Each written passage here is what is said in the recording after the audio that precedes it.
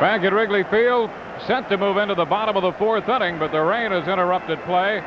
So this ball game will be delayed as the ground crew puts the tarp on the infield with the Cubs out in front 3-1. Mark Harmon had just joined us in the booth. Mark, you've got the new movie coming out. It's due when?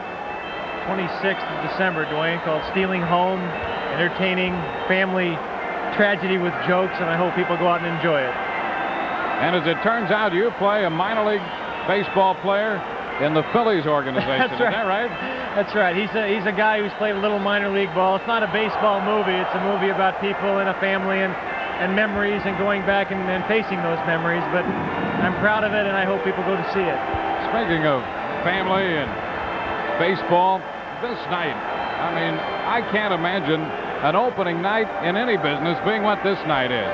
I mean, it's nice that a publicity trip works into a schedule like this, but I tell you, I mean, to be in this capacity crowd, to have been over at Murphy's before the game, I mean, to experience the arena, which is Chicago baseball, and to sit here in Wrigley Field and watch this game, what an experience. Yeah, it's truly unique. There's no question about that. Mark, why is it that baseball players and professional athletes of all sports seem to relate so very well with actors? Do you think it's the performing end of both professions, because they both are performers? You know, Steve, I'm not quite sure. I mean, I know for me the transition from athlete to actor, I found as an athlete that I never played the game that was a perfect game. I always thought I could do better. As an actor, I'm excited by the opportunity to wake up in the morning, go out and try to do better every day and get better. I've done a lot of things. I've sold shoes, sold flowers, you know, sold shower heads. I mean, sold advertising time, and it wasn't the same there. You know, as an actor, I have an opportunity to really take some chances and to learn some things and hopefully be different 2 years from now than I am right now, and I look forward to that. How difficult was it for you at first when you did leave the playing field and you went in front of the camera, where in a movie especially, you have a chance to make a mistake, you can do it again. On the field, you make a mistake, and it's history. Well, it's nice when you get a chance and they say, okay, that's a print, but we'd like to try it again. You get the opportunity to do it again. It's a big advantage. But I'll tell you something, you learn something as an athlete. As you know, you get a chance to do it once, the pressure's on. Pressure doesn't mean much to you because you just got to do it. That's what you're paid to do. That's what you're supposed to do. So I recall that kind of opportunity a lot, and I look back on those experiences, and to say that I don't use them is a joke, because I do use them all the time. Mark, we hear so much about concentration, not only in baseball, but in our business, in your business. How is the concentration in relating to maybe a scene and the camera in the movies different than the concentration that an athlete has to come up with? You know, Dewayne, I come out of television, you know, so to some degree, sometimes television gets a bad rap, and people say, hey, you know, I don't want to do television. I don't feel that way. I learned a lot there. I learned how to do it when you got no time to do it and the pressure's on, and you just got to do it. There's no excuses, no time for anything other than getting it done the best you can do it. Before that, I learned that as an athlete. You know, it doesn't much matter whether the center was short and bringing the ball up to you. It matters that you fumbled, and that was an important lesson for me to learn when I was 17 years old. Yeah. Here we are at Wrigley Field tonight in the bottom of the fourth inning, where rain delayed. Cubs are out in front of the Phillies. It's a 3-1 ball game. Phillies opened with a run in the first. Phil Bradley homered. The Cubs back with 2 in the bottom of the first on the Ryan Sandberg home run, another run in the third, and it's really coming down now. I don't know. You think it's going to rain? Let me ask you a question. We beat the odds for a while. It was raining all over the area except for here. I want to ask you a question about Rick Sutcliffe, because I know you're very good friends with him, and he's had an interesting career. He came up with such high hopes for the Los Angeles Dodgers. Then he turned around and he got traded here to the Cubs. He won the Cy Young Award and had a great second half of the season after becoming a Cub. Then he became injured, and he had a couple of very tough years. During that time, when you talked with him, did he ever get down on himself to the point where he ever thought of doing something else, or was it in the back of his mind to say, I know I got enough left to come back? You know, Steve, I don't believe Rick is the kind of guy who gets down on himself. You know, I believe he's the kind of quality guy that the public sees out there. You know, the guy who's, you know, spending all the hours donating to charity, the guy who with a sore back goes out there tonight because he believes there's a responsibility to the fans. I mean, I know Rick loves playing in Chicago. The best thing that ever happened to him was that transition from the Dodgers to Cleveland, from Cleveland to the Cubs. and I believe he feels he has a home here. I know he likes it very much. I know that Robin likes it very much, his wife, and yet I know that under all that, Rick Sutcliffe is probably the greatest competitor that I've ever met, and on top of that, a nice guy, which is hard to do. When you left the field, you had that competitive spirit that every top-line athlete has to have to be successful. Do you feel the same way now? I mean, is there a competitiveness about the business you're in now that keeps you performing regardless of what you're doing? Well, you know, Steve, I like the competition. You know, I grew up liking the competition, and as an athlete, you learn that that's part of it, and you learn how to enjoy it and have fun doing it. I haven't met a lot of actors who like it, you know, and that's okay with me. I don't care how I go about getting a part if it's the right part for me to do, and if that means 6 other people have turned it down, it doesn't bother me a bit. I mean, the ego is not involved. It's got to do with the competitive edge. It's got to do with, you know, getting opportunities at bat when normally you wouldn't have those opportunities. And, you know, as an athlete, my life was a long shot. As an actor, it has been too, and yet that's changing. And so, you know, I'm plenty tough underneath, and that comes from being an athlete. But aside from all that, I've been pretty lucky, and I haven't for a minute thought that luck is anything but earned. You know, the uncertainties, and that's a very interesting point, Mark, because there's no question uncertainties in athletics. You don't know, even when you sign a pro contract, if you're going to make it to the major leagues. You don't know when you sign a letter of intent with a major college that you're going to be the guy out there playing every Saturday. The same thing in acting. How do you deal with the uncertainties? You're up for a role here. You're wishing and hoping. Well, I'll tell you something. As an athlete, I learned very quickly that it's all about the opportunity. I mean, I was at UCLA at a time when what I could do best was best looked for. And I mean, heck, I met quarterbacks recently at UCLA that are 6 feet 5 inches tall. I'd be sitting on the bench or delivering water now if I was there. And that's the reality of it. As an actor, you know, I had to learn how to wait. And that was not something I was learning to do at all as an athlete. An athlete, you throw the ball through the tire more times than the next guy, you were better than the next guy. That's how it worked. As an actor, you got to learn that waiting is part of it, that there are less actors at 25 than there were at 20, less at 30 than there were at 25, and you got to wait for that opportunity of somebody to ask you, and then you got to be ready to do it when you get the opportunity. Flashing back, that's something I learned as an athlete, so it kind of all connects. I thought Rick Sutcliffe, getting back to Rick for a moment, said something here the other day. You mentioned Rick and Robin, how they love it here. We've heard all kinds of trade rumors. The Yankees, of course, would apparently need pitching at this point. And Rick's name always comes up. And he said that the club has been so good. That, by the way, there's the jacket that Rick Sutcliffe received. You can see it in the shot in the dugout. There you are. That's it. But he said the city of Chicago and the club had been so good to him that if there was a deal pending that would help this club, he would agree to it, even though he would prefer to stay here and finish his career here. Well, you know, look, what I know about Rick Sutcliffe, and this goes back to Albuquerque with the Dodger organization, he's a man of his word. He doesn't say what people want him to say.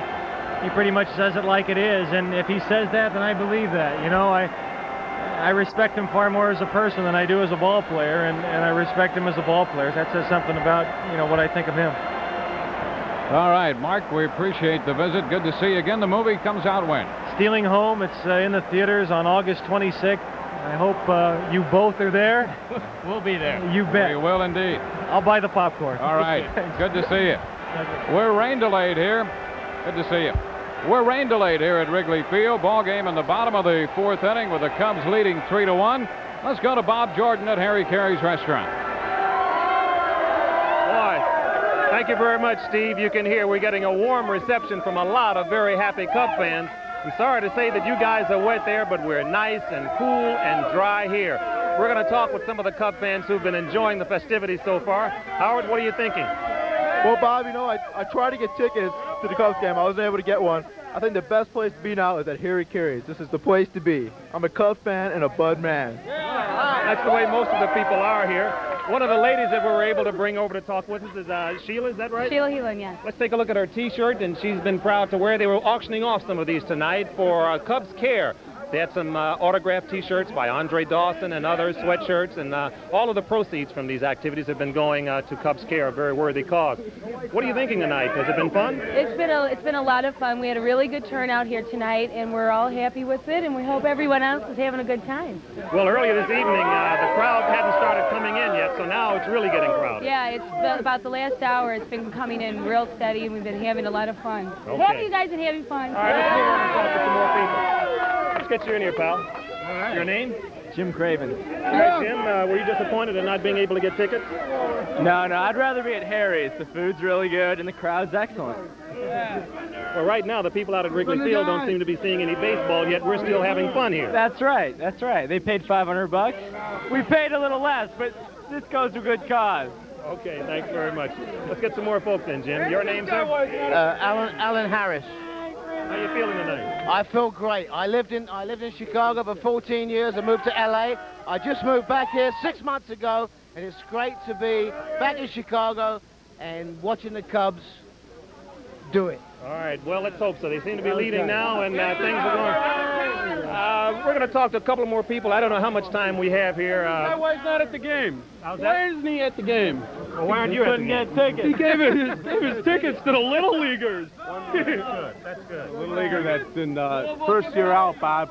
Couldn't catch a ball for anything. Caught his first ball, gave him the tickets back in April. Now he's out at the game. What a guy. Well, holy cow, Harry was worried about his cash register ringing here tonight.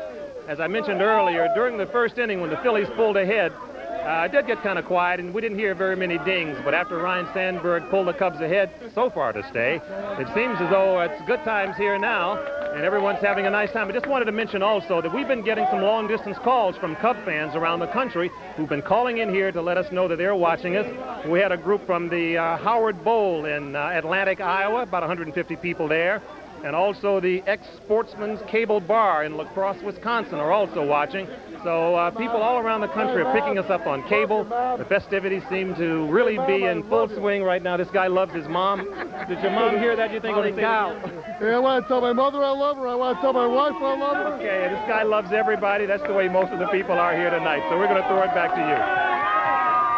All right, thank you, Bob. We'll be back to chat with Mayor Eugene Sawyer from the ballpark during our rain delay after these messages. The #1 fitness exercise in the world is cross-country skiing. And now it can be duplicated in your home with Easy Glider. Just 20 minutes every other day, an hour a week is all it takes to strengthen and firm all major muscle groups and lose weight aerobically. You'll burn up to 400 calories per workout, plus tone chest, arms and back, calves, thighs, and buttocks. Notice the quality construction of the sturdy metal frame. This handsome unit folds down quickly for easy storage. Other ski simulators cost as much as $500, but Easy Glider is just $59.95, and your satisfaction is absolutely guaranteed. Grab the bargain. Call toll-free now. To order your Easy Glider, call 1-800-435-8300. Use your credit card to avoid COD charges, or send check or money order for $59.95 plus $9 shipping and handling to Easy Glider, Department 72, Canton, Ohio, 44750. We're back at Wrigley Field. Rain delay. It's a 3-1 ball game. We're attempting to move into the bottom of the fourth inning when the rains came, and Mayor Eugene Sawyer with us in the booth. Mayor, good to see you. It's a great night here. It's been an enjoyable night. I've enjoyed every minute of it. I've been outside the ballpark. I walked around the neighborhood and had an opportunity to talk to people to see how the city's plan is working. It's apparently working very well. They're satisfied. There might be some minor problems, but we're going to continue to work on it to make sure it's really clean so that everybody will be happy. Our biggest problem right now is the rain. That's why we brought you in. Can you do anything about this? You know, I told them earlier I was trying an executive order, but I didn't have many left, so obviously I failed tonight, but we're going to keep playing. I think it'll go away. Okay. A lot of people in the neighborhood were concerned about safety in the immediate area. How many police officers do you have within 4 or 5 blocks of this ballpark? Well, there are over 170 policemen out here tonight, covering the whole area to make sure that things work well, the parking plan goes on, and that no crime gets committed in the area. We certainly will be crime-free tonight. So this is a real bad place to get in any trouble tonight. Extremely bad place to do anything but act like a good citizen. I understand you brought up a plaque, and what exactly does it say? Well, this is dedicated to Harry Caray. This is naming Harry Caray Day in Chicago, August 8, 1988. It's in recognition of all of the good things that Harry has done for the city of Chicago, and particularly for baseball in this city. Harry's a tremendous individual. Alderman Patrick LeVar introduced this ordinance, and many members of the city council, in fact, most of them signed the resolution in honor of Harry. Mayor, Chicago is a great city of any number of great events. This one has to top the list of all the events that you've seen. Do you get the same feel? I just can't imagine another event in the city having the same build-up and the same feel that this one has had. Well, I guess other than Taste of Chicago, this is probably the largest one. The media attention given here tonight has been tremendous. I understand that over 600 reporters here covering this historic occasion in this city.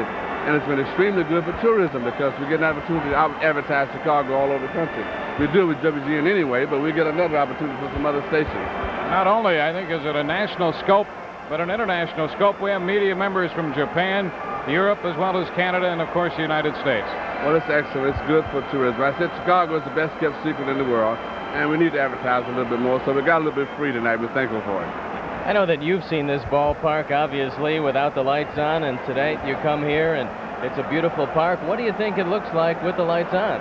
Well, it's tremendous. It's extremely, it's really not a lot different. This is daytime at night here.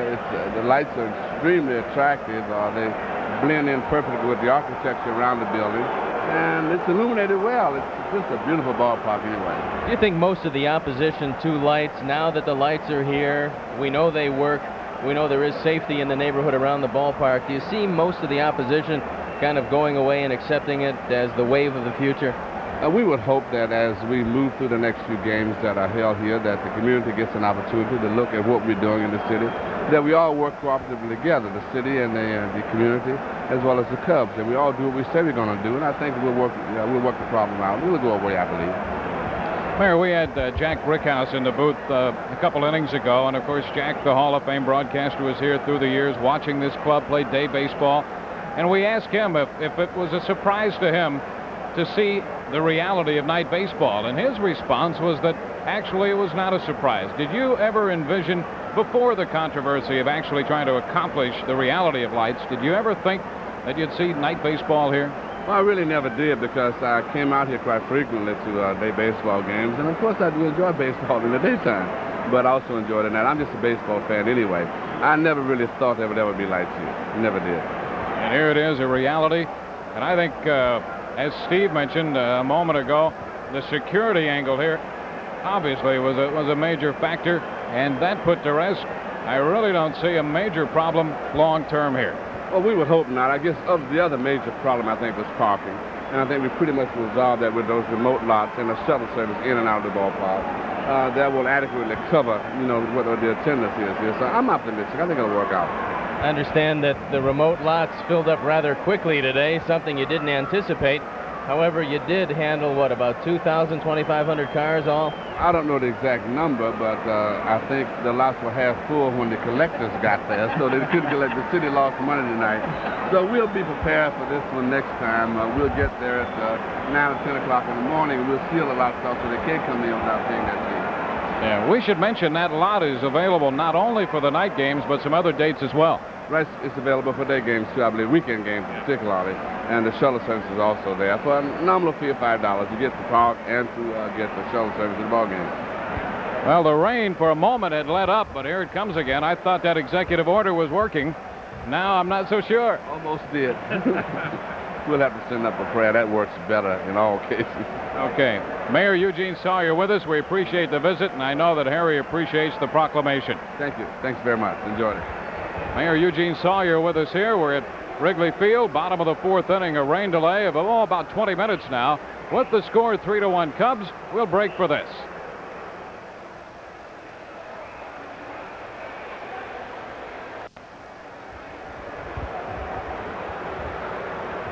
We're rain delayed, moving into the bottom of the fourth inning from Wrigley Field with the Cubs out in front 3-1. Look at this guy, Bob Collins, the #1 morning radio personality in town. Hey! Man, nice to see that you're dressed for the occasion. What happened? It's a night ball game, and what are you supposed to dress like? Come on.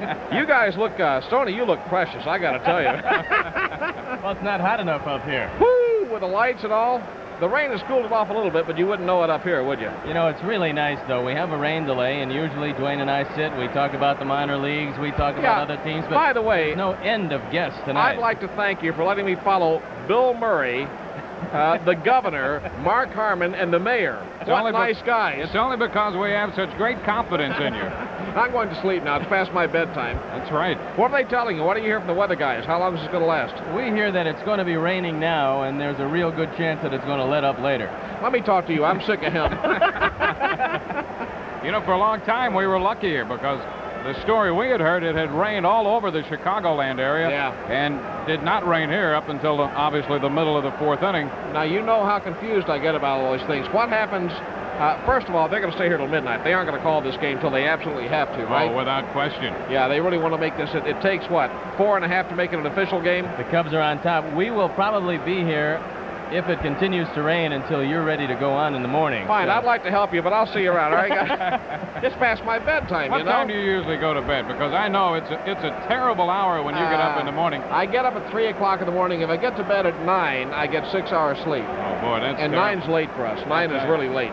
Because I've had to do that shift with you a couple times, and I you've know really that been surly about it, I must say. You better believe it. It's no fun. I'm glad that you give me a little shake every once in a while, wake me up, let me know what's going on. And I haven't done it with you, and I'm very happy about that. You know, Steve, so am I. That's too early. Oh, yeah. It really is. But I've always reflected the fact that what I could do is go to work for a living. You know, I could unload a truck or something. Exactly right. Yeah. Did you ride your motorcycle down? No, I came on the four wheels tonight because I knew this was going to happen. Isn't this strange? I mean, we've needed rain so badly and for such a long time. Now, the one night we don't want it to rain, what are you going to do? I'm very happy that we got everything in pregame. I think that one of the highlights of tonight was to see Billy Williams, Ernie Banks on the field, Jack Brickhouse is the master of ceremonies, Chicago Symphony Orchestra, Wayne Messmer singing America the Beautiful. By the way, no disruption. Tell me about Wayne Messmer. That boy is good. What a great voice. He is really good. And, you know, I didn't really expect to be so moved by this. I figured we'd come out, you know, we did the tailgate party for GN Radio out front, and we were laughing and scratching and having a good time, and I thought it'd be nice to see the lights come on. I didn't really expect it to be the event, the moving event it is, and really, you talk about Brickhouse out there, and Ernie and Billy, and you know, the Chicago Symphony Orchestra, or at least a portion of it. Whoa, big-time stuff. And the lights look beautiful. And I think the reception that the fans had for Ernie Banks and Billy Williams every time they step on the field, but especially tonight. Yeah. I think it showed them what the fans thought about that 1969 team, even though they didn't make it, and we all know that. It's been chronicled well over the years. But they have a special place in the hearts of Chicago. I think it was a wonderful thing this evening. How can you not like guys like Ernie and Billy with that kind of attitude? I mean, what's not to like? They're just 100%. Bob, you know, we mentioned you're number one in the mornings. You reach as many people as anybody in town, and you talk with a number of your listeners. As you look back over your time in Chicago and all the events that this city has hosted, how do you compare them with this one? I would think that through your show, you've gotten a great feel from the basic man in the street and the fans. We've been through a lot of things in this town, a lot of tough tickets to get. Springsteen concerts, playoff games. I have never seen anything like the demand for Cubs tickets for this game. I've had people call me that I haven't seen for 5 years. Hi, old buddy, old pal, remember me, your best friend? I know that you can get me 4 or maybe 6 if my cousin comes in from out of town. I've never seen anything like it. I think it must have been the hardest ticket to get in Chicago history. It's incredible, and I guess there's not a seat or a standing room left at all. I think it's a lot easier right now to get tickets. If you went out front, you might get a trade-in for As a late matter of model fact, auto. I'm going to go sell mine right now. If any of you are out there watching a television, I'm the guy in the red cap.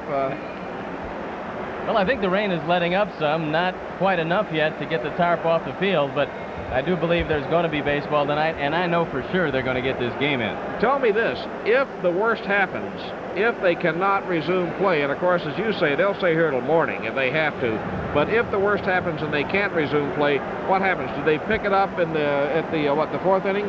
Or do they start again? Doubleheader next time Philadelphia comes to town because the Mets are coming in tomorrow night. Oh, they're going to play sure. here. Yeah, so tomorrow then would become the focus of the first official night game here. I'm not buying that. The thing was tonight.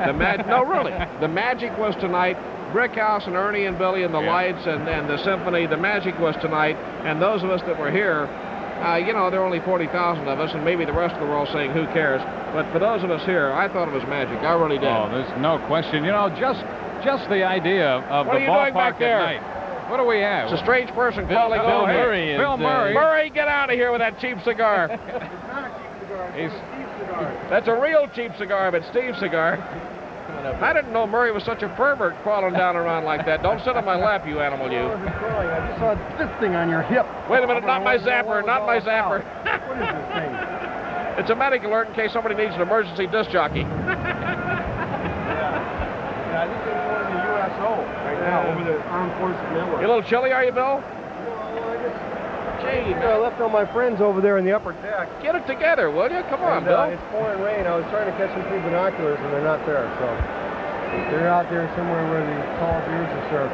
I thought they were going to stop serving beer in the third inning. That's what I heard.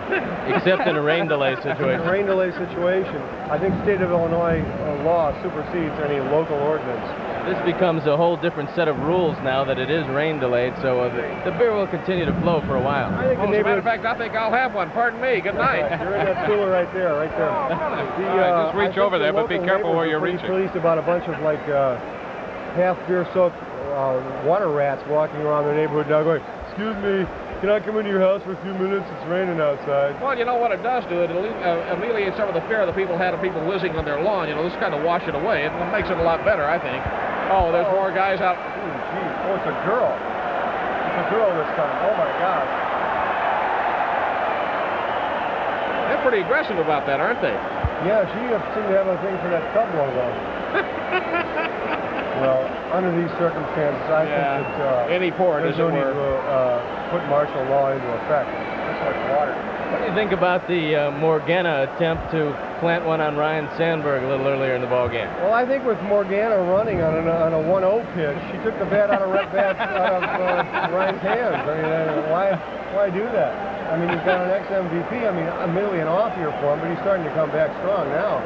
But still, running on 1-0, you want to give him a shot at it. But I do love the way homered his first time. I love the way she runs. She moves like a cat. A real talent. Yeah, a very big cat. Yeah, a cougar is in there back. Oh, well. No, she's gone. She made the right move. She moved right ahead. To get out of here before the rain, which might have been a wise move. I think it was like the intelligent incarnation of Lot's wife. She ran away from here and didn't look back because... What do they do to those people? They don't put them in jail or anything. I mean, they just those people? Yeah, I mean the people that run out of the field. You know. Oh no, most of them are promoted within the Cubs organization. All right, we'll take a break. Be right back with the Bill Murray and Bob Collins I'm show gone. Good night. in a moment.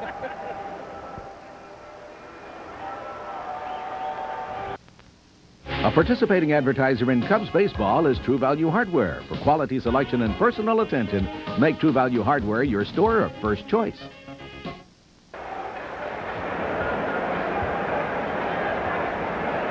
Back at Wrigley Field, a rain delay, bottom of the fourth inning coming up. The Cubs are out in front here, 3-1.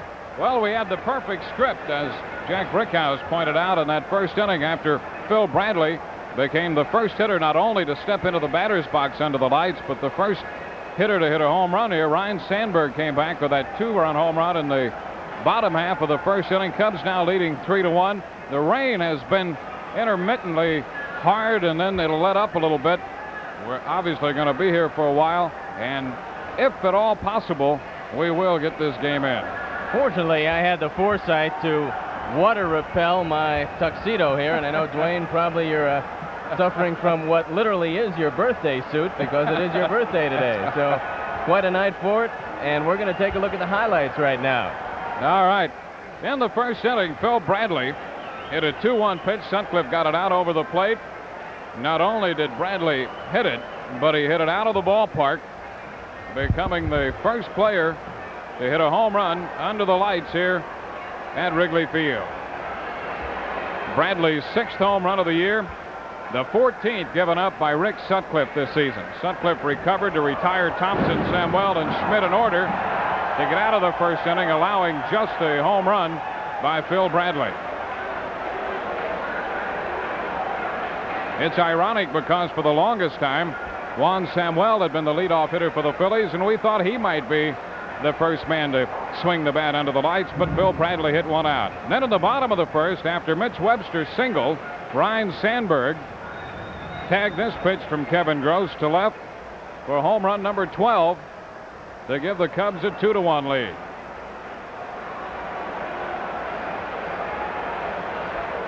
Sandberg's 45th and 45th runs batted in. The other run for the Cubs came in the third on this base hit to right by Rafael Palmeiro, scoring Ryne Sandberg. And you know, Steve, in that third inning, with Sandberg scoring, the Cubs were able to do something tonight that they were unable to do on a couple of occasions yesterday, and that is after the leadoff man walked, Sandberg stole second, moved to third when Grace got the runner to third with nobody out on the bunt up the right side, and then of course scored one out later on Palmeiro's single. The Cubs have basically advanced the runner. Don Zimmer said he was very unhappy with the way the Chicago Cubs played ball yesterday because they failed to move the man from second to third with nobody out. It wound up costing them the ball game, but today Mark Grace did lay the bunt down, and Rafael Palmeiro came through. He drove the ball into right field, he got the head of the bat out, and Dewayne, that's execution. And in a tight ball game, and the Cubs have been in a lot of one-run games, you have to execute. You can't give the opposition any more than they're already getting, and the Cubs showed at least tonight so far that they're willing to do that. I think it lays the groundwork for a young club when they play baseball like that to realize just what it's going to take when they become a very good club in the not-too-distant future. That's exactly right. They're not a club so laden with talent that they can afford to make those kind of mistakes and lack of execution and overcome them. So it was very nice to see them do that tonight and pick up the extra run in the third inning. George Will has joined us in the booth. George, good to see you. Good to see you. I'm underdressed. A lot less pressure tonight than in that political arena, but nonetheless, a lot of excitement. A lot more excitement here than in the political arena this year, too. You know, you said to me when we talked last time you were in town, what a difficult interview it is when you go on Nightline. And my partner, Harry, the man who got the proclamation from Mayor Sawyer tonight, was on Nightline, and he said it's tough when you just look into that little camera and you can't see the man you're talking to. Exactly, and Ted Koppel has it under control, does it masterfully, and that's really the secret, is that Ted has all the guests arrayed in front of him and can move the conversation. Was there ever a time when you thought you might not be able to make it back for the first night game? Never. No. Whether you make it to a political convention doesn't matter all that much anymore. This matters. I know you're on the board of the Baltimore Orioles. Does that in any way diminish your love of the Chicago Cubs? Not until they meet in the World Series, which I don't think is going to happen this year. I think they might come up a little short this year. George, the excitement and electricity that, for an example, a political convention can generate. How do you compare that with a special sporting event night like tonight? Well, see, conventions long ago were sporting events in the sense that things were decided and the outcome wasn't always known. Something could happen. Today's shows are shows. That is, they're scripted down to the minute, usually, if Bill Clinton isn't talking. So you genuinely have no excitement whatever. That doesn't mean they're uninteresting. It's interesting to see how, given a lot of forethought, a party presents itself, so they're worth covering. But television really is made for sporting events. It's made for something live, happening, spontaneous. And that's certainly not a convention any longer. With the Democratic convention by the boards, the Republican convention coming up, what's going to happen in that one, in your opinion? Well, obviously George Bush is holding back his vice presidential choice, if he's made it yet, to lend some semblance of excitement to this and keep the press up on its tiptoes. And there will be for Bush, as there was for Dukakis, for a slightly different reason, tremendous importance placed upon the speech he's going to give. Because George Bush seems to have conditions going for him. The conditions in the country are pretty good. He has a lot of issues going for him, but he's way behind in the polls. The reason is the country has not warmed up to him as a person. And that's his challenge. It'll certainly be the most important speech he's ever given. Governor Thompson was up here before, and he said that he felt, and his name has been bandied about for a vice presidential slot, he said he felt that George Bush would look to a more nationally recognized vice president. Do you think that will be the case? Well, that's one of two ways to go, is to take a Dole or a Kemp, someone who's been around, who gives the contrast they want to develop with Dukakis, saying Dukakis is not experienced in Washington, we have the top and the bottom of the ticket experience. However, part of Bush's problem is that he doesn't strike people as interesting. And he might want to make a choice that is unusual so the people would stand up and take another look at George Bush. Yeah. And in what direction would he go? For an example, Kemp, you're looking at a fellow who would be more conservative than George Bush. So I'm not sure that would broaden his base of appeal. What would you see him going if he went in another direction to try to do that? Well, he might go to Alan Simpson. Alan Simpson of Wyoming is personally congenial with Mr. Bush. He's very funny. He's a kind of Will Rogers, long, lanky, thin man from the Mountain West. And someone is going to have to begin to take on Dukakis and cut him up a little bit in a decorous political way. Bush probably wouldn't be very good at that. Simpson might be very good. Some people, myself included, have mentioned that Peter Ueberroth was under consideration. You might have the next vice presidential candidate sitting here tonight, getting wet. What do you think about the choice of Benson? Everybody seems to think that was a good choice because of his appeal in the South. It was a good choice because it said to people, Dukakis is not another Massachusetts McGovernite liberal. It also was a manly choice in that Dukakis said, I'm going to fight everywhere. I'm even going to fight the vice president in his own backyard. I'm not giving up on anything, let alone Texas. Republicans seem to think that coming out of the convention, it's almost a given that Bush will increase his popularity in the polls, barring any disaster that would be obviously unforeseen and would come out of that. Is that a given, in fact, that once they get the spotlight of the convention that he's going to pick up points in the poll? He'll pick up some. But what really alarms Republicans about the polls on Bush is not the 17-point or 20-point spread right now between Bush and Dukakis. It is something internal to the polls, and it's what the professionals call the negatives, the unfavorable rating of George Bush. That is high. It's higher than that for any candidate who's ever been elected. Higher than that for McGovern and Goldwater at the comparable stages of the 72 and 64 campaigns. If they are very high, that will limit the bounce, to use the political jargon, that he can get out of his convention. Let's talk a little bit about Cubs baseball. That's why all of us are gathered here this evening. I know you talk a lot of politics from the time the day starts till the time it ends. From what you've seen of the Cubs this year, and I know you saw them at the beginning, and I know you saw them last year. Of course, you were one of the men who took over when Harry was not in the booth. What do you think about the 1988 edition of the Chicago Cubs? Well, I think what you're looking at is the 1989 and 1990 edition, and that's the good thing. This is a team, the growth curve of which is up. I'm on the board of directors, as you say, of the Orioles, and one of their problems is they have too many people who are over the hill. They went, I think, firmly the wrong route, going for expensive and aging free agents, trying to buy the future, and you have to grow the future. You have to grow it down on the farm, and the Cubs have done that. George, in your opinion, to use the political term, what kind of bounce do the Cubs need as we look ahead toward next year? Well, they need more pitching, but that's the oldest cliche in baseball. There are 26 teams right now who could use another starter, or 2 or 3. The oldest joke in baseball, the manager says we're only 2 players away from contention. They're Koufax and Gibson, or Stone. Well, you saw the Baltimore Oriole organization pretty much crumble right in front of your eyes, because they went from a team that won the Major League Championship in 1983 to a team that saw their farm system dry up. And as soon as that happens, you can pretty much predict ruin, and that's exactly what happened in 1988. Do you think the Cubs are on the right track with Jim Frey as a general manager, trying to build from within, trying to bring youngsters through the system and develop them that way? There's no question. If you look at the Orioles in their glory years, and you were part of those glory years, over a 30-year span, the Orioles won more games than any team in that span.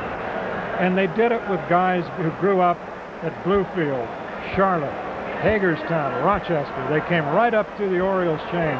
You get teams coming out of Rochester with Baylor, Gritch, Ripken, Murray, people like this. You didn't trade for them, you didn't buy them. Well, that's certainly been the encouraging thing about this edition of the Cubs. At some point you look, and half the roster, the current roster, made up of players right out of the system. As you go right around the infield, you start with Grace. Of course, Dunston has been a great development this year. Grace is an interesting part of a phenomenon. That is all the good young first basemen in baseball right now. Go McGuire, Clark, Galarraga, Grace, Mattingly.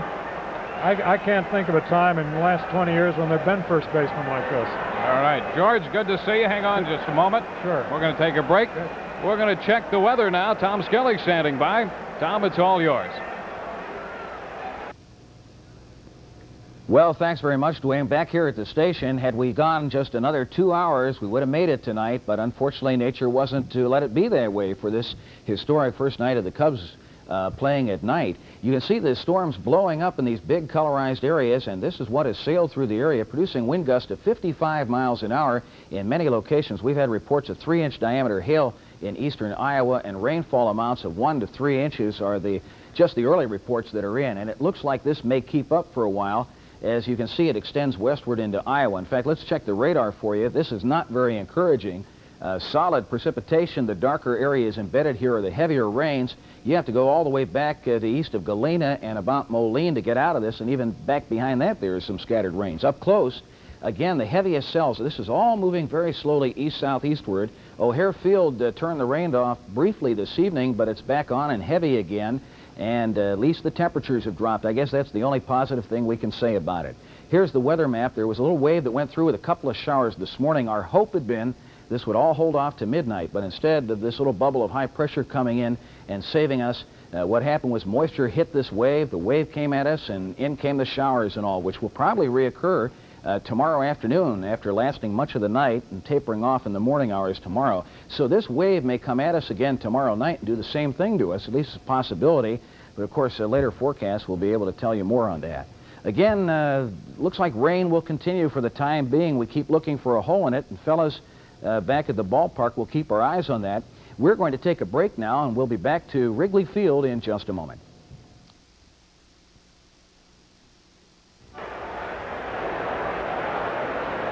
We're rain delayed at Wrigley Field, moving into the bottom of the fourth inning with the Cubs holding a 3-1 lead with Steve Stahl and George Will. This is Dewayne Staats. You know, fellas, George, you hit on something I thought before we broke for weather.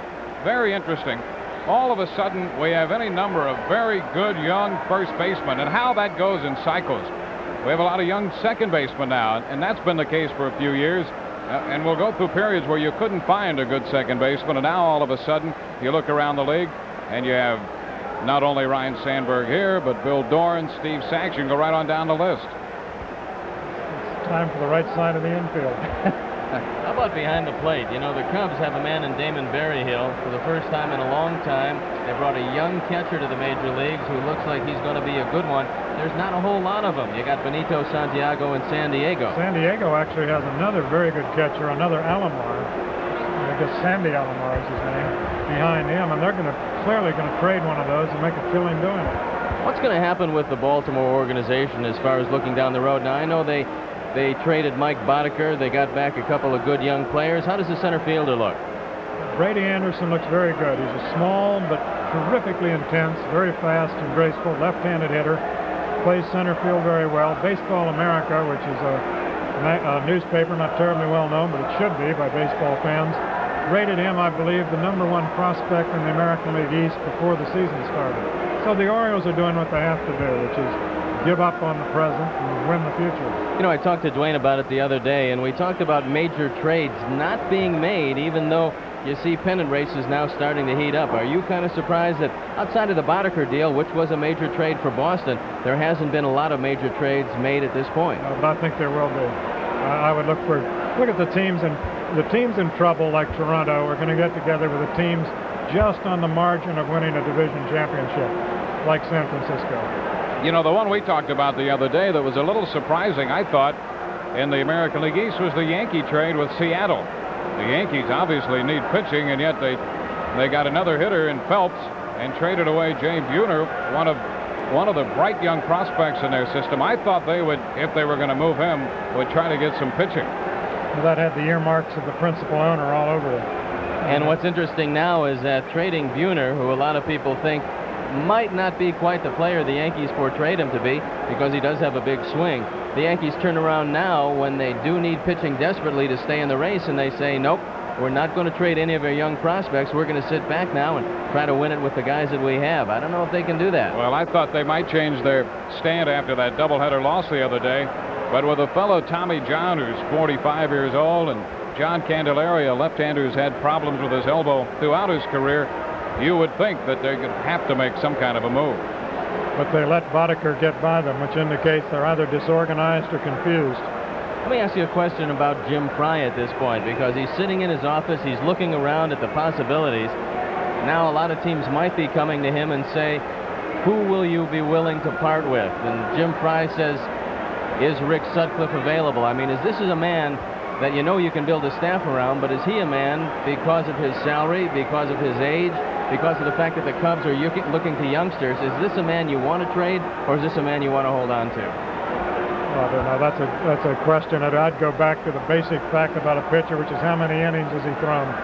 How much life is there in an arm? As you know, someone's defined pitching as the decision to go out and injure yourself every 4 or 5 days. Does that sound familiar? Very familiar. And so you just have to decide how many fastballs are left in his arm. And I have to think that he is a fellow the Cubs will certainly entertain dealing, particularly if they could get some youth coming back the other way. It wouldn't surprise me at all to continue to hear Rick's name come up. We heard it with the Yankees. Another fellow who I think we might still hear something about is Jody Davis. Now, his contract is up at the end of the year.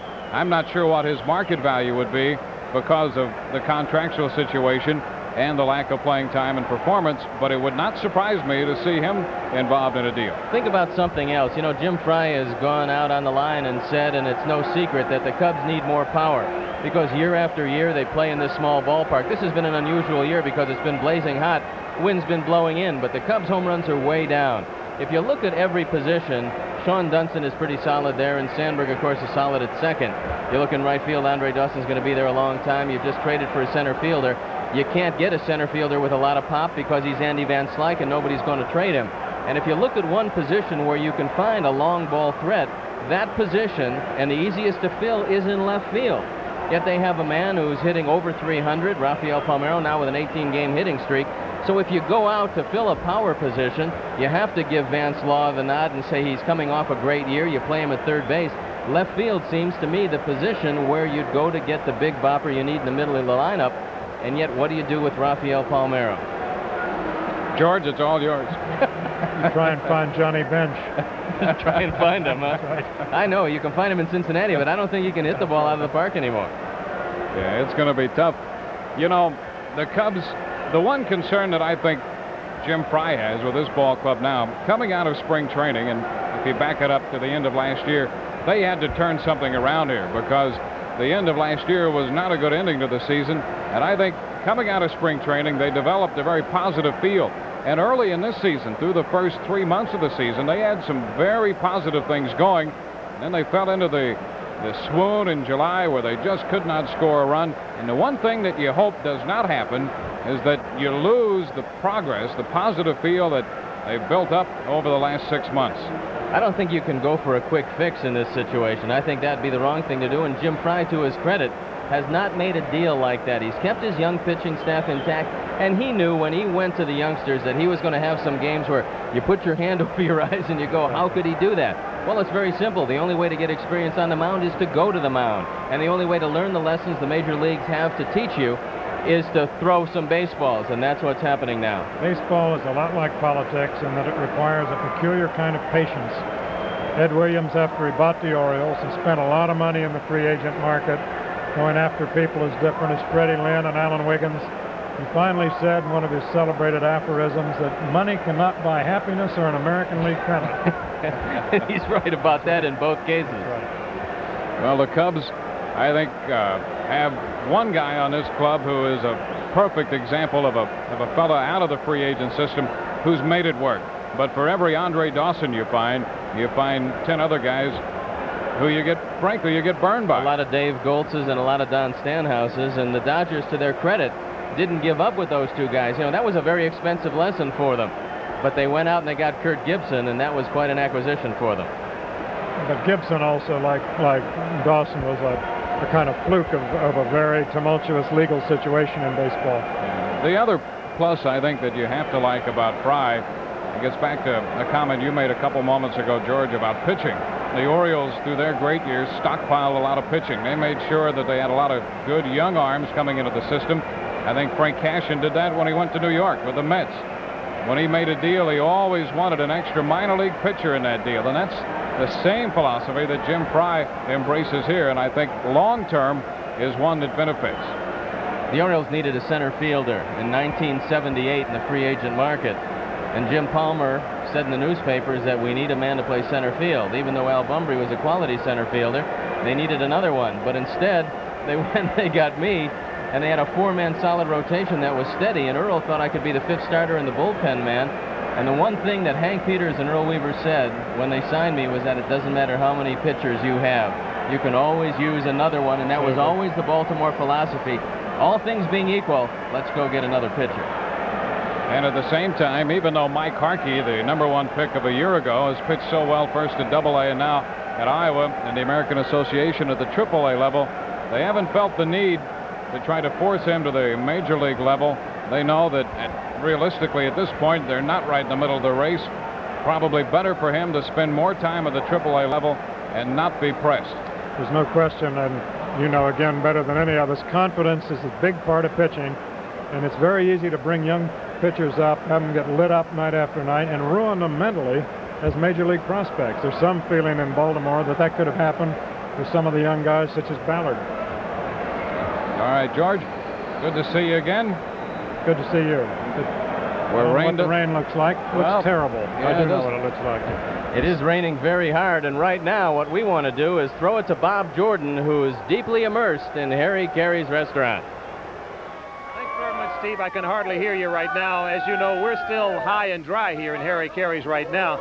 With me is Kenton Jenkins, who's the general manager of Harry Caray's, and you guys have gone together tonight and you've set up a lot of this as a fundraiser. Oh yeah, definitely. From 5 to 7, all the proceeds go to Cubs Care, and we've had a couple people buy a Billy Williams bat and a Harry Caray sweatshirt with Andre Dawson on it. So that Billy Williams bat went to a gentleman from Oklahoma City, Oklahoma, I understand. Yeah, he bought that for $50, and then we had a couple of sweatshirts go for $100 each. So we'll probably raise close to $1,000 tonight at least. And all of that will go to Cubs Care? Yes, definitely. Okay, very good. Now, just to let you know why a lot of that is happening, people calling in from all over. We're getting phone messages from literally all over the world. I just received one from an Air Force Unit 601 in Germany. They send our greetings to the Cubs. We're getting calls from Puerto Rico, from Alaska, from all over the United States, literally, and it's really difficult. The list, this is it right here. All of the calls that have come in from everywhere, from people wishing their luck and best wishes to the Cubs for this evening. Let's see if we can talk to some of the fans here. Thanks very much. All right, let's get some ladies. We got guys last time. You guys enjoying yourselves here? Oh yeah, good time. Although there's a rain, I'm sorry. It's not raining at Harry Caray's. Come on down. I'm not sure we can get very many more people in here right now. Were you disappointed in not being able to get to the stadium? Oh, yes, quite, but I'm more disappointed that it rained. It didn't rain all summer, and it happens to rain tonight. It's kind of ironic, isn't it? Yeah, you know. Yeah, it is the one night. It's rained 3 nights all summer. Picks one night to rain. All right, we've got a good crowd who started off here. It's kind of subdued earlier in the evening. They are getting a little happy now. They've been celebrating. Harry laid out quite a feast and had a chow line full of lots of happy people. So it's getting happy here. So they're now singing Harry's song.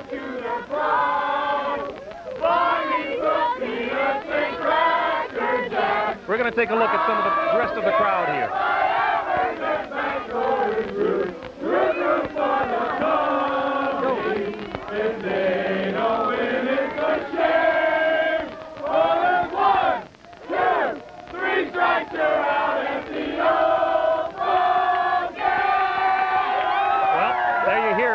Not sure they sound much better than Harry either, but at least they're trying. So we're going to go back to you, Dewayne and Steve, and let's hope that the rain gets out of here and we can get this game underway. All right, thank you, Bob. We still have a rain delay here as we attempt to move into the bottom of the 4th inning. We'll take a break and be back to talk with Dabney Coleman in a moment.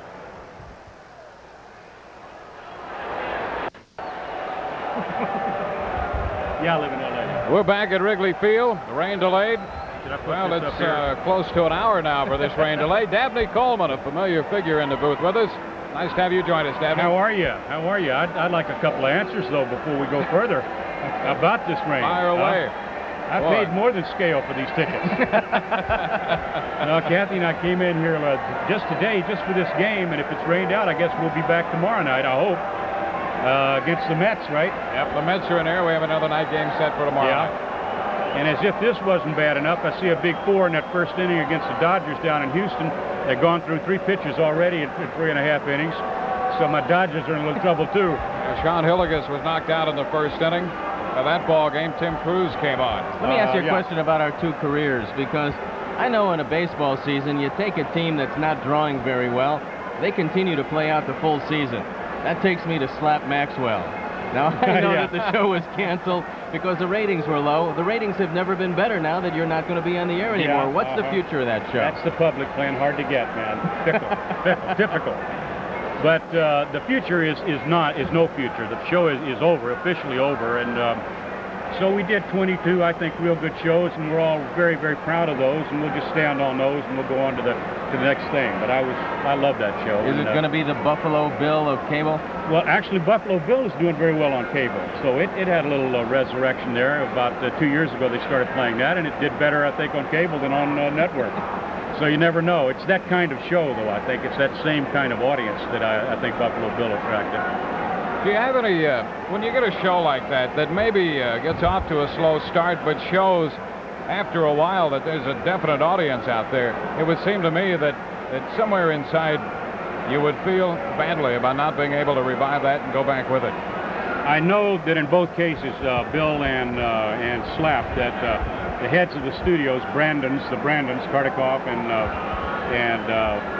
Stoddard, had grave misgivings about canceling, and I know that personally, and so they saw what the show was about, but they just were not real sure that it would catch on, and they made an educated, business-like guess, and you can't blame them for it. That's what they do. If people don't watch, then you have to do what you think is best. That's what they did. Dabney, you've done a lot of both. You've done a lot of television. You've done a lot of movies. What's the difference between the 2 mediums? Which do you prefer? I think they're getting closer and closer together. I can remember in the early days when I was out there, people talked about how much easier it was to do a movie, because of the time factor. But I'm noticing now nobody wastes a lot of time anymore. Hardly ever. Maybe a few people, I wouldn't name any names, but some stars get a chance, and have the leverage to get away with something like that. But they've narrowed it down to pretty business-like professional routine now in both mediums, and there's very little difference. And it doesn't make any difference to me. I go with where the good writing is, as I did with Slap last year, and I'm very glad I did that, because there's not much better writing in film or television than that was. But they're about the same now, I think. Pretty much the same. In your mind, what was the project of the vehicle that really made it for you? I go back to, I guess, Mary Hartman with Louise Lasser and Mary Kay Place, Marion Mercer and those people, Graham Jarvis, great cast, and a very way out kind of a nutball character that gave me the first chance to play a funny villain. And from that time, I've been doing about 60% of that kind of thing, and that was as good as any of them. And it doesn't get any better than that. Of course, it's great when you get that kind of a handle, but do you find yourself wanting to do other things more often than stay with the one handle that you get? I get a chance to. I get a chance. The other things probably attract more attention, the funny parts. But I've gotten to do some. I just did this thing, Baby M, last winter, and a year before that, another true story about a lawyer that I enjoyed doing. So I sneak them in there, but they just don't attract as much attention. But I get a chance to do pretty much. You get a variety in there. Do you find the preparation for the different types of roles to be much different than another one? Funny is tougher. Funny is hard. You can see how difficult it is for me to be funny up here right now. I mean, so far it's hysterical, but it could we can relate to that. No script. It could all of a sudden not be so funny. That happens.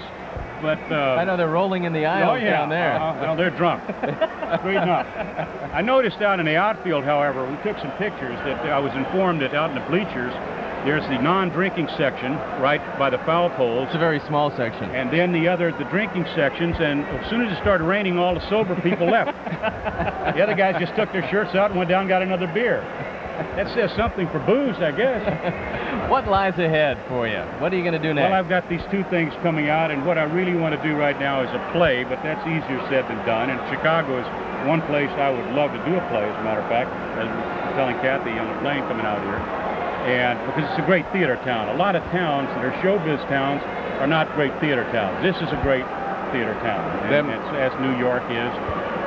And that's Boston, of course, Washington, D.C., but that's it. Not much on the West Coast. So I'd like to do that, but right now I'm just taking it easy, going down to see some Dodger farmhands. We went down and saw Ramon Martinez in San Antonio about 6 weeks ago. Have you heard of him? Yes, they say he's now he at has Albuquerque. some kind of arm. He's now at Albuquerque. He hits 20. Nothing but smoke and poise. A lot of poise. Takes base hits very personally. Very personally. He doesn't like that. You get a hit off him. I have to ask you about 9 to 5 and working with the cast there, and in particular, Dolly Parton. Well, go ahead and do it. How about that? Well, all of them. I mean, the 3 of them. You're it was a great Lily Tomlin and Jane Fonda and Dolly, and they couldn't have been more, supportive of me because they couldn't even pronounce my name for the first 6 weeks of the thing. But they were all for me and with me, and they made it easy. And so. 2 out of the 3 actually owe me a little money, I think, but we won't go into that. We know how important chemistry is on a baseball team, and you obviously are a great baseball fan, or you wouldn't be here tonight. Is chemistry very important when you make a movie or a television series, or can you just act your way through it if you're not getting along? Well, there you go. Alluding back to get serious for a minute, you said, you have a losing season. It's tough to play that 162 games, and it gets tough around game 80. I mean, the handwriting is pretty much on the wall. But some teams handle it well and some people don't, and a lot of it has to do with what you're talking about. If they're enjoying it for some reason, like I can remember in particular the Cubs, and I think a lot of it had to do with the fans and the support the fans give the Cubs, always have, that for some reason those losing seasons went by a little quicker than a team like some of the old Angel teams, for that matter, some of the old Texas Ranger teams. They dragged it. And around August. They were out of it, the fans were out of it, and it just was over by that time. It doesn't happen here. It doesn't happen. It's a great baseball city as well as a great city to do plays in, as you've said, but I think that Chicago has always embraced performers, regardless of the medium. They go out and they respect the fact that the man is going out there and putting some effort on the line, and they will come out to watch him. I think it's beer. I think basically, don't you? Yeah, you're nodding yes, but you think you're off camera, right? It never hurts. No, I agree with you. I couldn't agree with you more. It's New York has the same thing. Boston, they have the same feel to them. It's just a classic type of American town, and this is the American game, and that's it. And I may start crying now if we don't get off here. Are we going to play ball here? I hope so. Well, that's great. Listen, I appreciate coming up here and seeing you guys. Good to see you. I hope that the Cubs win the East and meet the Dodgers in the playoffs. All right, very good. The Cubs are going to win. I don't know about the Dodgers. Well, we'll see. I don't either. Okay, Dabney. Okay, thank you, Dabney. Dabney Coleman here in the booth with us at Wrigley Field. Our ball game in the bottom of the 4th inning. We've been rain delayed for a little better than an hour now. We'll take a break and return in a moment.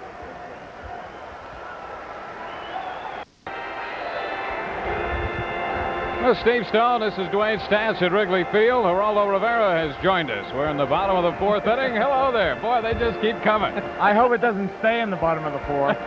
Boy, you and me both. I know you have your own show, but what do you think about the format of 2 guys in tuxedos just bringing people in a booth that's made for broadcasting baseball? You think that would play in the Midwest? Well, this is such an event. I really think so. I mean, the stadium has been packed. Even in the rain, there's a huge party going on down under the bleachers. People are, obviously disappointed, but I don't think anyone has left. It's just all crowded into the bar. I'm disappointed you don't have your tux on. I heard earlier this afternoon you were all decked out. At least Steve and I wouldn't stand out like we do. Oh, look what's going on. That's Jody Davis, Al Nipper, Greg Maddox, all the Cubs now going out on... all the Cubs going out in the middle of the tarp. Oh, look at trying to get that. Does this mean the game's been called? No, it doesn't. They're going to wait some time. Diving exhibition by the Cubs. This must be the California contingent of the Cubs. I give him a 9-2, 9-3, 9-4. A lot of style, a lot of fun. That's great.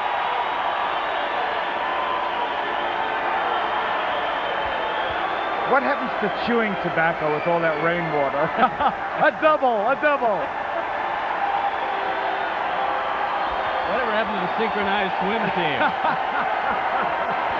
I used to like that. You know, that's a great event. You see these people bobbing up and down. It's a wonderful sport. They were great. Let's hear it, ladies and gentlemen. Oh, they're great, great. I guess you can't beat fun at the old ballpark, and you see 4 Cubs right there who know how to do it. Now, if we had Morgana the kissing bandit. She didn't make it. She didn't get a good enough start. That usher ran her down from behind. A little slow out of the blocks.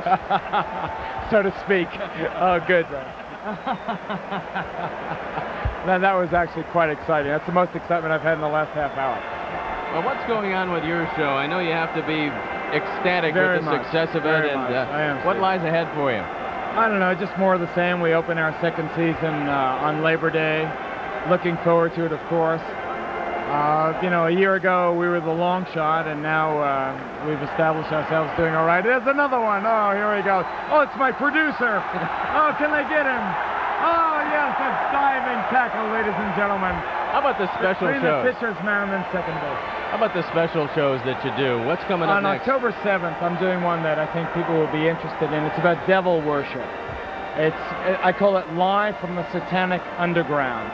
It's about, for instance, I met a lady, and this is not a joke, who says she gave birth to 3 babies just so that the infants could be sacrificed in satanic rituals. And she's one of the guests that night. This satanic thing, the thing that got me hip to it was the interview I had with Charles Manson in San Quentin Penitentiary. He said that he was, the #1 devil worshiper, and that this network existed, and I didn't believe him, frankly. The more I talk with law enforcement people, the more I talk with people who've investigated the whole satanic cult movement, the more I'm convinced that it's legit, that it involves thousands of people, and that it's really a dangerous phenomenon. So that's what I'll be investigating, October 7th. Well, I saw the Charles Manson, the Live from Death Row show. It was a chilling show. When you start out to do a show like this, how do you get these people? You put up posters, devil worshippers, call Geraldo? What happened? The biggest question people ask me is how I get these people to go on camera, and there's no set answer, Steve. There really isn't. I think that when it comes to someone like a Manson, for example, he's such a megalomaniac. He's such an egotist that despite the fact that he's responsible for the murders, the brutal murders of 9 people, he wants to be on television.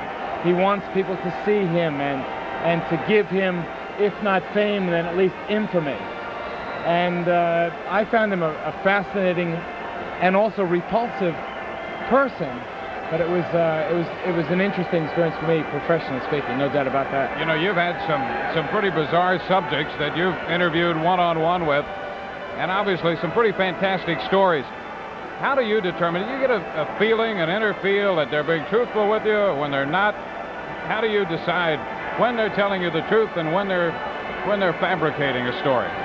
My father graduated from high school, and that's as far as it went, and he was the only one of his family to graduate from high school. But he had great common sense. And he said, no matter what happens to you, Geraldo, don't lose that. Don't lose common sense. And having common sense is like having a built-in lie detector. You know when people are giving you a line of bull. I can look in their eyes, and it doesn't matter if it's Charles Manson or Henry Kissinger. You can see whether or not they're telling you the truth. I don't mean to sound personally arrogant about it, but you really develop a sense over time. I really believe, people ask me all the time, is Manson nuts or is he putting you on? Is it an act or does he really believe those things? I believe that he believes those things. I believe that that's the true evil of the man. It isn't that he can come on television and put you on or put on a show. It's that deeply held inside his evil soul, he believes that he should kill 30 million, 40 million, 50 million people to create a new age. That's the sickness, and it's also the danger of somebody like that. Let me ask you a question about the reviewers who review your work. You know, obviously you've taken a lot of criticism for the various things you do, yet the feeling that you have is the knowledge of what's going to sell, what people want to see. The ratings speak for themselves. You've done an outstanding job of drawing viewers away from a lot of other people who do shows that are critically acclaimed. And yet people say, okay, well, Geraldo, he's this, but they watch what you do. How do you know what's going to sell, what's not going to sell when you start out with a project? First of all, let me say that I'll take the viewing public over the critics any day. I don't want to be Bill Moyers on public television, the critic's darling that nobody watches. I mean, he's a very deservedly respected professional, and God bless him. I'll take the people over the critics, though, any day of the week. And it's no special skill. That's the thing that I have to keep emphasizing. It's just not losing touch. It's not becoming an elitist, not becoming an effete professional who knows more than the viewing audience. As long as I stay normal, I think that I have pretty predictable, regular tastes, just like my audience. But when you say it's not a special skill, now I watched Al Capone's Vault. We weren't dealing with a real dramatic situation here. Yet you kept it alive for 2 hours, Geraldo. I mean, you made this thing interesting when it was like, here, let's look at this watch for 2 hours, see if it explodes or not. Is that like our broadcast right now? It's that intuitive feeling that you have. I tell you this, the proudest moment of my life is when they told me the only program in Chicago television history that outdrew that one was when the Bears won the Super Bowl. I mean, that's saying something. Well, that's the bottom line. Regardless of what the critics have said, the share and the ratings have always been excellent for you. It's funny. What was that bar we were at, Murphy's, across the way? We were at Murphy's bar before the game started. And the betting at the bar was whether or not this game would surpass Capone's Vault as the second highest in Chicago history. Tomorrow will tell. What do you want to do with your future as far as this business is concerned? You know, what I want to do is be and continue to be just a spokesman for the regular person, the common man and woman. As long as people see me that way and I see myself that way, nobody can hurt me. They can say anything they want to about me. They can write anything they want to. They can put it on the front page that I'm a jerk. But as long as people believe that I'm a sincere person, as long as people are in my corner and watch my shows, that's what I want. I want to be a voice for the regular person. No baloney. I don't speak from Mount Olympus. I don't lecture down to people. I see people eye to eye. This is me and they're them. That's all I want for my life. I want people to say when I'm gone that, you know something, on this story or that story, he made a difference. That's all I want. Coach, you were in Chicago not only for this game, something else going on? It's funny. Strange you should ask. Do you know Dennis Fitzsimons, our mutual boss who runs Channel 9? I told him I wanted 4 seats to this game. I told him months ago. He said, I can't get them, I can't get them. I said, Dennis, you can get me 4 seats. He said, okay, but we have the 40th anniversary of Channel 9, a special 2-hour program. Will you host it? Make a deal for you. I said, will you pay me? He said, I'll give you 4 seats. I said, it's a deal. That's great. Oh, man. It looks like the rain is still coming down pretty hard, and I'm afraid that it's going to be some time yet. But I tell you, if I was Zimmer, I'd keep it going until 2 in the morning because they have to go 5.5 or 5 innings. They're up 3-1. Let you guys vamp. Make it an official game. Get the victory. You guys need. I said, you know, people ask me what was the significance of the game. I said maybe this will be like when the Red Sox got a new manager, Joe Morgan. They won 20 out of 25 after they were in the pits the whole year. Maybe this night, I said, would be the impetus to get the Cubs going. I don't know how this rain's going to affect things, but we'll see. They'll have a lot of time to get it going because it doesn't look like it's going to stop. And the way it started, it appeared that this is something that might get the Cubs going when Sandberg hit the home run. We talked about it, well, it must have been a couple hours ago by now. How they moved the runner over and the little things that they were not doing as late as yesterday afternoon, they were doing in this ball game tonight. So if and when we finish this one, and every effort obviously will be made to finish it because this is a big night. No chance to play the Phillies tomorrow. The Mets are in town for another night game. So this rain delay now, about an hour and 20 minutes long, with the Cubs leading in the bottom of the 4th. It's a 3-1 game. We'll take a break and return in a moment.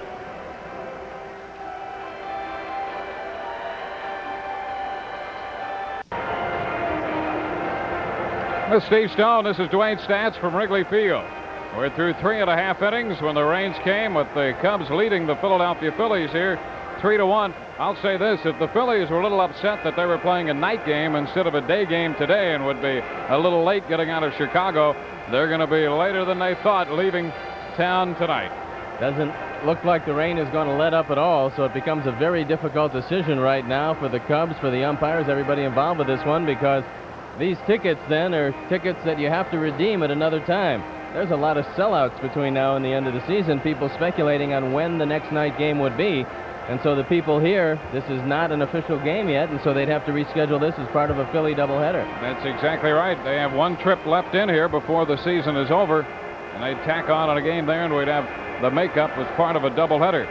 Well, the Cubs certainly, for obvious reasons, are going to wait here a long time. Of course, the umpires essentially have control of just how long we're going to wait, but you know that common sense will prevail in terms of trying to get this game in because of the magnitude not only of the game but of the event itself.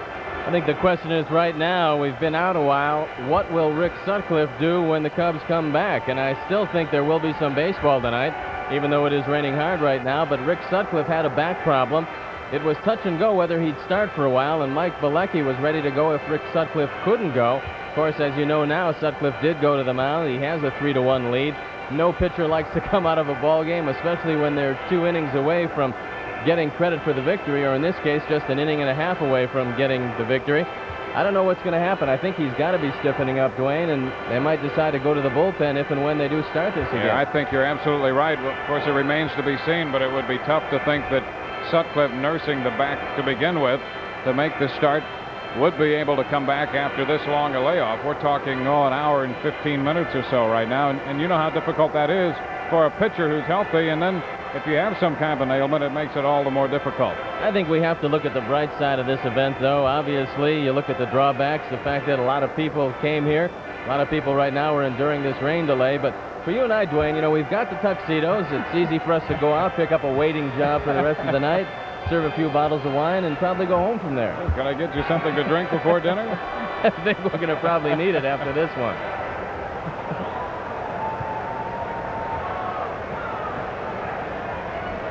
A couple of the highlights of the evening.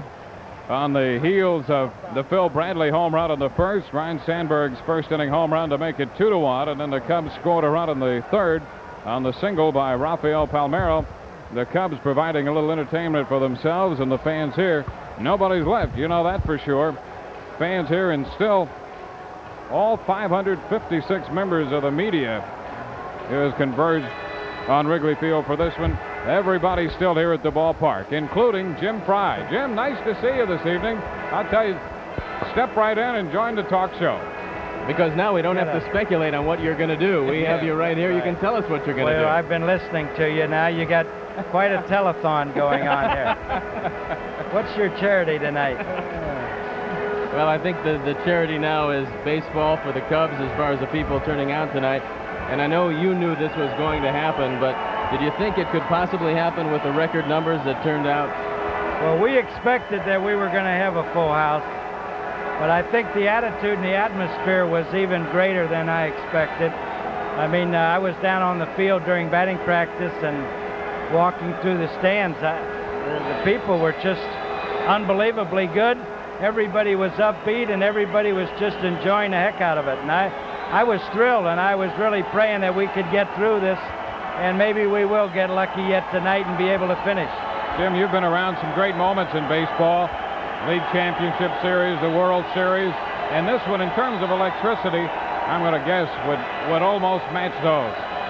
Well, Ned Coletti's done a terrific job, I think, organizing the media for this event. And he told me a couple of weeks ago that they would have more media requests for this than we had in '84 for the playoffs. Probably more media requests than anybody ever had in Chicago for anything. And so we knew it was going to be a big night, and we knew it was going to be a terrific night for the fans. We jumped out. It looked like Rick was pitching very well. I thought his control tonight was excellent, and I think we're going to get lucky. They're cheering now because it stopped raining. The rain has pretty much stopped, and although you have a few people still running on the tarp, I think in the not-too-distant future, the ground crew will come out, take a look at this, and maybe roll the tarp back. Jim, we were talking earlier about the makeup of the club and about some of the positive things that had happened with this club out of spring training in the first few months of this season. And then the club struggled in July to score runs. How concerned were you during that month of July that a string like that might adversely affect the positive that you had built up in the 5-6 months leading up to that? Well, I think everybody has said many times, and I've heard it tonight on your show here, that we've got about half our ball club are young players, first, second-year players. And the worry is that the young players will get down and start doubting themselves. But I think that we have shown signs, at least they have shown signs, of not giving up, not quitting. We had a tough series in New York earlier in the season. Got beat a couple tough games, went to Pittsburgh, got beat another tough couple games, and bounced right back, went into St. Louis and won 3 in a row. We lost a couple tough games in San Francisco, went down to San Diego and beat them up. We now come out of New York and Pittsburgh again with some tough games. We seem to have the ability to bounce back, and I think that that's a testament to not only our kids, but some of our veterans who've tried to help the mood stay kind of even and tranquil. We have not allowed the thing to get away, and I say that with some pride because I think it speaks for our young players. Are you very happy at this point? I know at the beginning of the year, and when I say happy, I mean happy with what the team is showing on the field, because I think in spring training, Jim, you felt in a rebuilding year, if you could look down the road to October 2nd, if you saw a 500 ball club, you would be pretty happy because you had some good building blocks for the future. Is that correct? Well, I talked to Don and I talked to the coaches, and I'm sure that the players have heard me say this. I think that what you want to do is go to the ballpark, look on the field, and see that your ball club's playing the way you want them to play. That's all we ask. We think we've got a lot of young players who are going to get nothing but better. But when you go to the park and you see things happen, you see them play the game the way we think the game ought to be played, the effort, the enthusiasm. For the most part, I've been pleased. I think Don Zimmer has been pleased.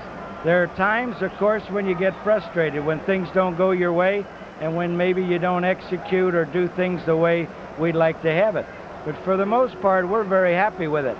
And for the most part, when I go to the ball club to watch the Cubs play, I'm happy with the way they go about the job. And for this particular team, I think that's very important. Jim, you not only obviously watched the big club here with all the infusion of young players, but you've spent time watching the minor league affiliates, AAA, AA, on down the line. What do you feel when you come back from watching them? What's the general gist of what you see out there?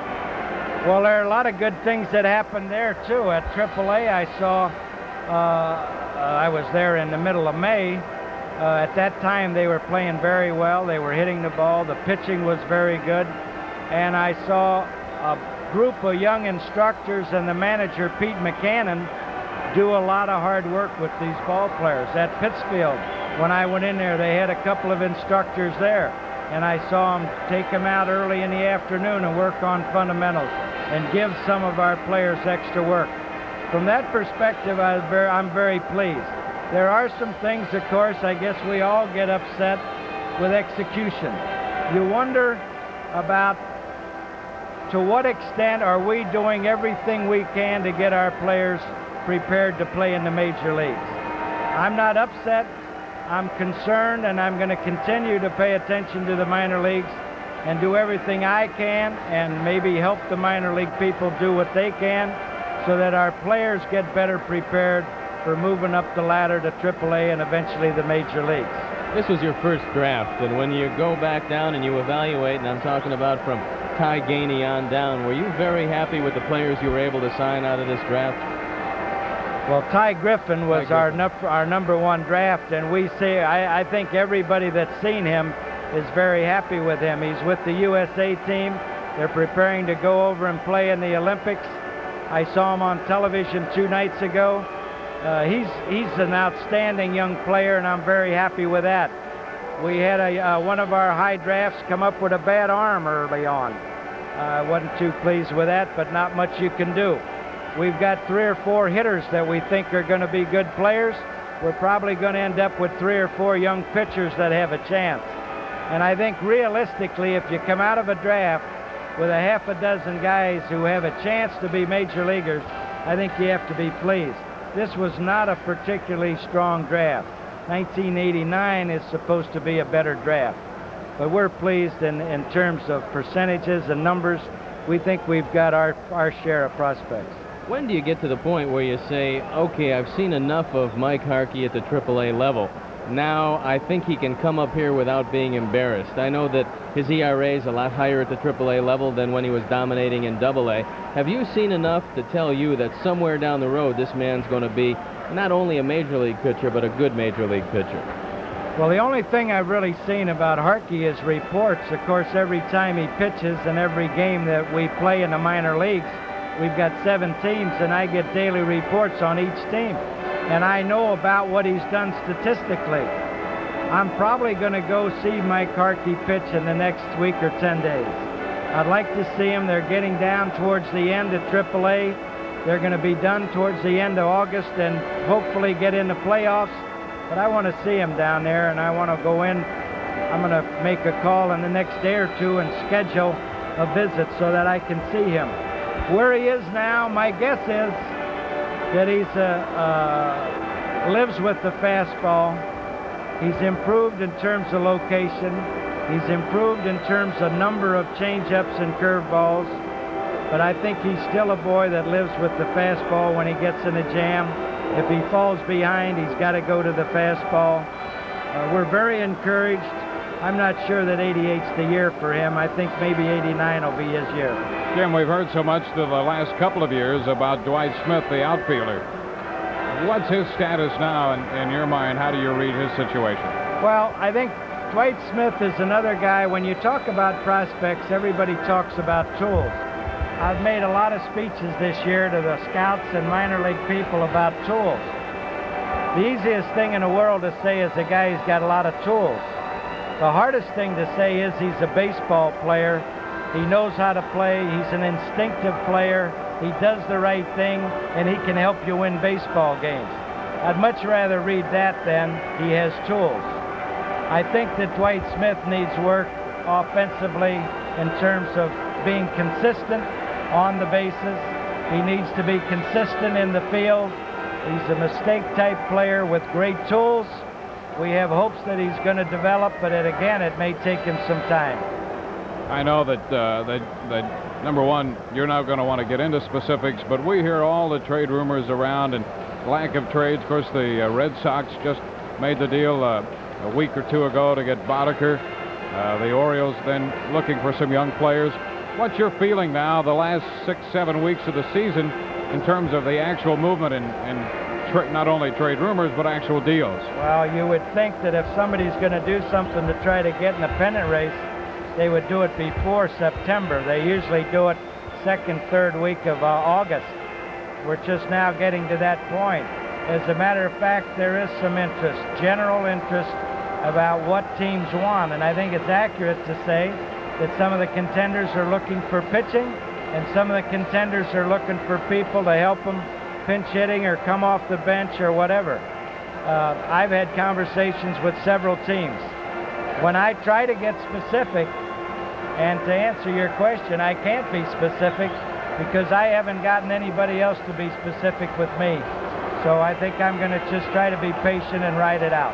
Jimmy, our team's now a little more hesitant to make that trade for the real good pitcher in August and give away 3 kids that probably would be, maybe a year away at the major league level? Well, I think some are and some aren't. It depends on the patience of that particular team. It also depends on the contract of the player you're talking about. But I think you're right in one sense that I've talked to a couple of clubs who said we're going to try to win it, but we're not going to mortgage our ball club for the sake of 1988. Everybody says, well, you get 2 or 3 good players, young players for somebody. Up to now, they've been reluctant to give up 2 or 3 good young players. I think ball clubs in general are getting more patient about protecting their prospects. and I hope that we can continue to show that patience. You know, you made 2 deals that kind of went unnoticed under the veil of the Lee Smith trade.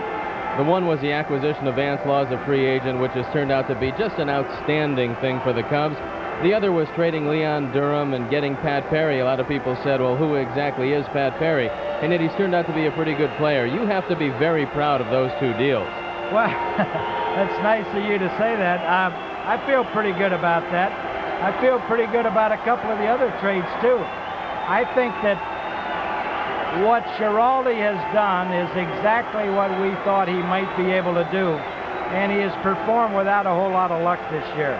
I think you could say that Sutcliffe and Moyer and Geraldo all have pitched without having a whole lot of luck. They go through periods where they pitch 5, 6, 7 inning ball games, and they haven't had the backing of runs. I'm still happy with the Geraldo-Lee Smith trade. There were other conditions. You know, one of the things that gets hidden in all of this baseball and football and basketball publicity is that sometimes we can't always tell the whole story. The media tells what they can tell, and we tell what we can tell, but none of us really tell the whole story. With the information that I had and the belief that I have in what we wanted to do here in Chicago with this particular team, I still feel very good about all the moves we've made. I think this attitude and this group of players is a foundation. A lot of the people that I talk to downtown tell me that they love watching this ball club, and for the first time in a long time, going into middle of August and into September, there's hope for the future. There's real hope. There's hope that people like Grace and Dunston and Palmero and Maddox and Moyer and Pico and many other young guys are going to get better. And I feel pretty good about trying to be part of that, and I feel good about trying to promote it for the future. Jim, are there any in talking with other clubs now in the next few weeks about possible deals, maybe a veteran from the Cubs going the other way for prospects? Are you looking at prospects in general, or do you become a little more specific in terms of prospects and positions? Well, if I was going to try to, I mean, George Will said it here about an hour ago, I guess I was watching. He said the oldest cliche in baseball is to say you need pitching. You need one pitcher, and if you get another one or another player, well, it'd probably be another pitcher. I think I would continue to say that we would like to help our pitching staff. I think we've made great strides. A year ago, this pitching staff had a 4.55 earned run average. We're right around 3.5 or 3.6 now. That's a major drop in 1 year. If we're under 4 in Wrigley Field for the season, that's a big year for a pitching staff. I would like to continue to help the pitching staff. Where would we like to go? I'd like to get some young players, position players, and bring them along for the future. If we talk about trades, I would like to talk about maybe a young pitching prospect and a young infield prospect and a young outfield prospect, and hope that we can keep the organization providing players. And if we can do it by trade, it'll just make us that much better. But young players versus old players. I think one big surprise this year, Jim, has to be behind the plate. When you take a look at the emergence of Damon Berryhill, you knew he could throw the ball pretty well, and you know that he was a pretty decent defensive catcher. But hitting .280 at this point of the year and hitting the ball solidly from both sides of the plate has got to be a surprise. Well, you know, one of the things that happens with a Berryhill is this, and I think it's interesting that you mentioned he's hitting the ball. When you bring up a young player, so many people say, well, you don't want to bring him up if you're not going to play him. And I've always said there's nothing wrong with bringing a young player up here and letting him play a couple times a week for the first year or so. A lot of real good players started out doing that, especially a young catcher who has to learn the league. He has to learn his own staff. He has to learn the approach that this particular manager has. He has to learn the opposing managers in terms of running. I think it was important for Berryhill to have time to sit back and relax the first month and not have to play every day. You throw a guy in there the first year and you play him a month, and if he goes bad, it's a terrible psychological blow to him. It takes a lot of time to rebuild that confidence. I think Don Zimmer did the perfect job with Berryhill, and I think those statistics now are showing it. Jim, you mentioned a few moments ago that we might get lucky and play this one. We've been rain delayed here an hour and 45 minutes, and the fans have stayed true. They're still here. All the members of the media, as you pointed out, better than 500 strong here. And I think we are going to get lucky. I think we're going to play this thing after all. Well, I hope we do, because I think you guys are out of gas, and so am I. And thank you, and God bless all of you. All righty. Jim Frey with us. Nice visiting with you, Jim. Ball game set to move into the bottom of the fourth inning when the rains came. We've been delayed about an hour and 45 minutes now with the Cubs on top. It's a 3-1 score. And we'll take another look at the scoring plays. In the first inning, Phil Bradley opened with a home run. Bradley becomes the first player ever to hit the ball out under the lights here at Wrigley Field. Bradley leading off the ball game, hit the 2-1 pitch out of the ballpark to give the Phillies that 1-0 lead. Bradley's 6th home run.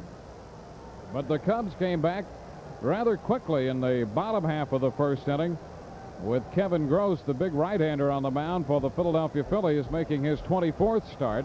Mitch Webster singled into center field, and Ryne Sandberg on a 1-0 pitch hit it out to give the Cubs a 2-1 lead.